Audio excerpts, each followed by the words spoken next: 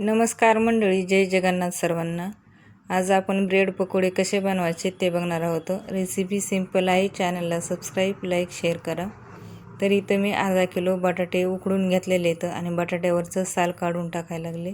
सगळ्या बटाट्यावरचं साल काढून टाकायचे। सगळ्या बटाट्यावरचं साल काढून घेतले आणि बटाटे असे मॅश करायला लागलेले। असे करून सगळे बटाटे बारीक करून घ्यायचे। खिसणीने खिसले तरी चालते, पण मी असे हातानेच बारीक करून घ्यायला लागले। कढई गरम करायला ठेवली गॅसवर। 1 वाटी तेल टाकलेले, 1 चमचाभर जिरे, 1 चमचाभर बडीशेप, 1 चमचाभर बारीक कुटलेले धने, 1 चमचाभर घरकुल मसाला, अर्धा चमचा हळद, 1 चमचाभर लाल तिखट तेलामध्ये तळसू द्यायचे आणि मॅश केलेला बटाटा त्याच्यामध्ये टाकून घ्यायचे।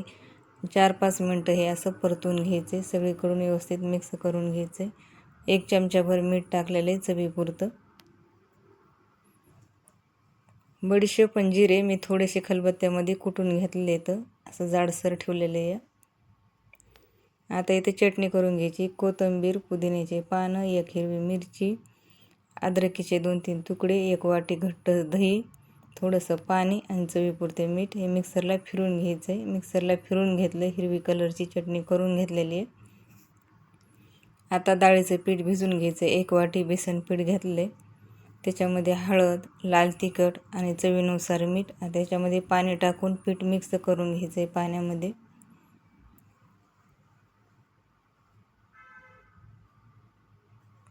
पीठ पाण्यामध्ये मिक्स झालेले आणि पीठ पाण्यात मिक्स झाल्याच्या नंतर 10 मिनिटं पीठ भिजून द्यायचं आहे। हे असंच पीठ आता 10 मिनिटं भिजून द्यायचं आहे।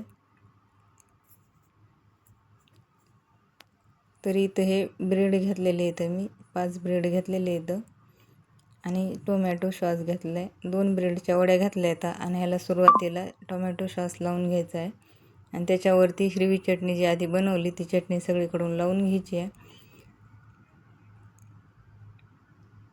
आणि त्याच्यानंतर जे आधी बनवून ठेवलं सारण आहे बटाट्याचं ते लावून घ्यायचं आहे।